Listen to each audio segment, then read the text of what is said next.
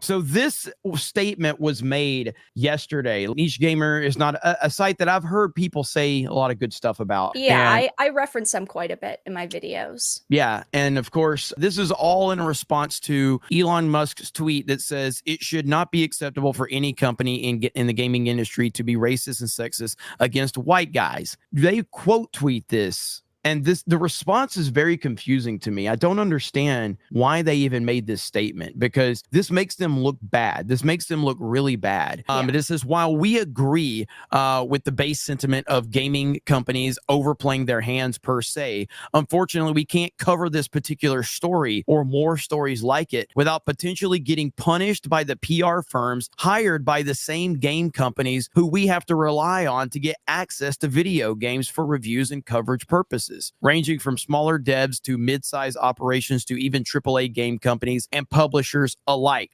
Because a lot of those same PR people support the people who hold these similar views, like what Elon is referring to here. We're already having significant issues and experiencing roadblocks regarding getting access to AAA titles because we have covered the Sweet Baby Inc. stories alone. It's quite unfortunate.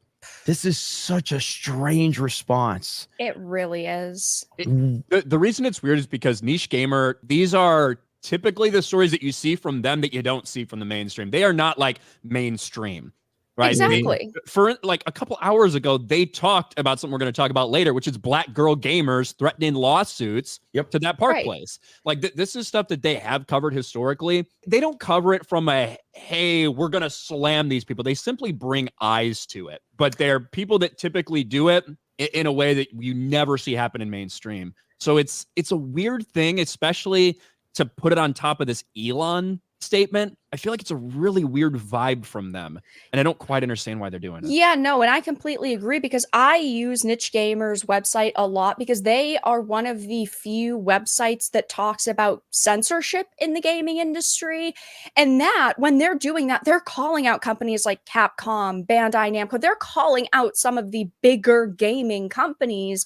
And so you would think just by doing that, they're basically already on their shit list. So why would you now come out and say that, well, we're trying our best to stay on their good sides, when just by covering what they have been covering, they are automatically on their shit list. They are no longer in their good graces. Yeah, and absolutely. now all they're really doing is pushing away people who previously used their site because they were not the mainstream, because they were willing to cover topics that the mainstream refused to. And if the mainstream covers things like censorship, they just call us all perverts and say that we should go jack off and watch porn instead, which of course is absurd. But they are one of the few sites that doesn't do that and covers those things.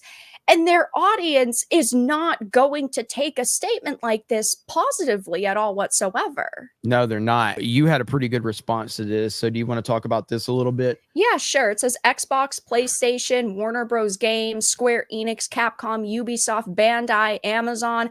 These are all companies that over the years I have received denials from for game codes because, of course, games get expensive, going from $60 to $70. Sometimes, like 2 weeks ago, there were 3 major releases that came out on the same day. So as a content creator, it's great to be able to get codes.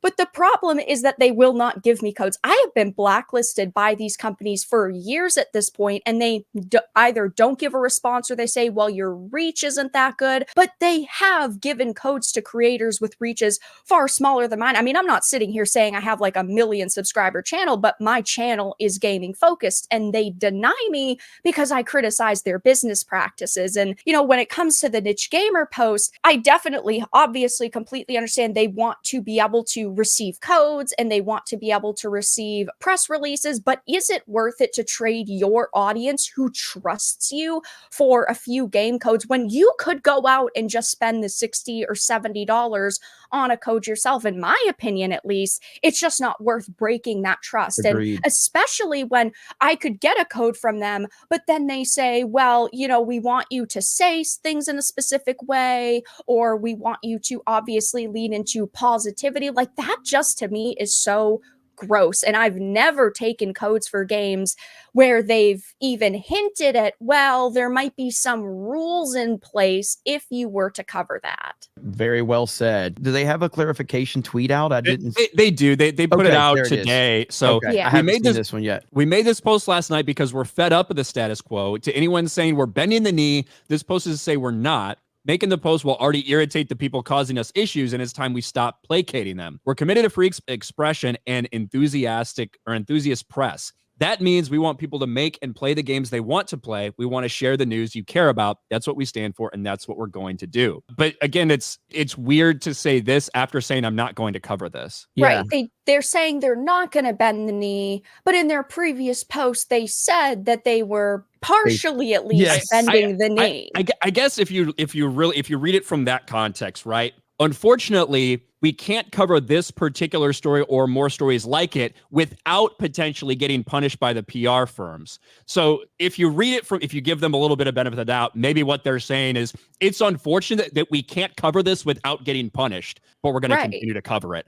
Yeah. If that makes sense. Yeah. Right. So it could be taken from that perspective, but certainly it got a lot of attention last night. I mean, at the end of the day, if people are out there calling stuff out and covering stuff, and as Vera said, you know, they've been doing that at this website, it does show like everybody's not in the fight like we are on a day-to-day basis. And maybe they're finally coming to the reality of, hey, you can't play both sides in this game right now. Like you're either controlled by them completely or you're going to call them out. And as my tweet, I said, this is a strange response that ultimately won't help them keep access. Bottom line, if you bend the knee in any capacity, they own you forever. Either shill for that access and stay quiet or call the bullshit out and live with being called racist and sexist like we do. The fans will figure out who's authentic and who isn't. It's just a strange kind of comment overall. Hopefully they get it worked out. They seem like they're nice people. They seem like they're decent people. I feel like in this case, because of what we've seen over the last like decade, I feel like you can kind of give them the benefit of the doubt in terms of what they were saying and what they've continued to talk about. They were covering shit when Last of Us 2 was happening, you know, 4 years ago to us and stuff like that. So yeah, the only thing I will not give them is that while I use them and I reference them, and currently in the state that they are, they have been really good. They have been accused on 3 occasions by Gematsu of plagiarizing their press releases. And so one of the big things they highlight in that initial post is press releases. Press releases are not the end of the world. Press releases are just information that says, oh, hey, this is the release date. And yes, you might be getting it early, so your article on it goes up at the same time as all of the other news outlets. But at the same, but it's like, is that really what you're willing to trade the trust you have with your viewers over? Is a press release? Yeah. I just don't think that that's a fair trade-off, especially when Niche Gamer's been around for so long. They've gotten so much attention and they do really good work. The way they handle this is going to determine their future because, and I've already seen like they're responding to people right now. I never think it's a good idea for an actual brand to respond as an individual. I hate that. And that's what they're doing right now. And it's a bad precedent to set. They are responding in ways that it seems like they're potentially going to get caught up. If you get caught up in the Twitter, you know, shit show, you're only going to end up making yourself look bad. So I guess we're going to see what happens.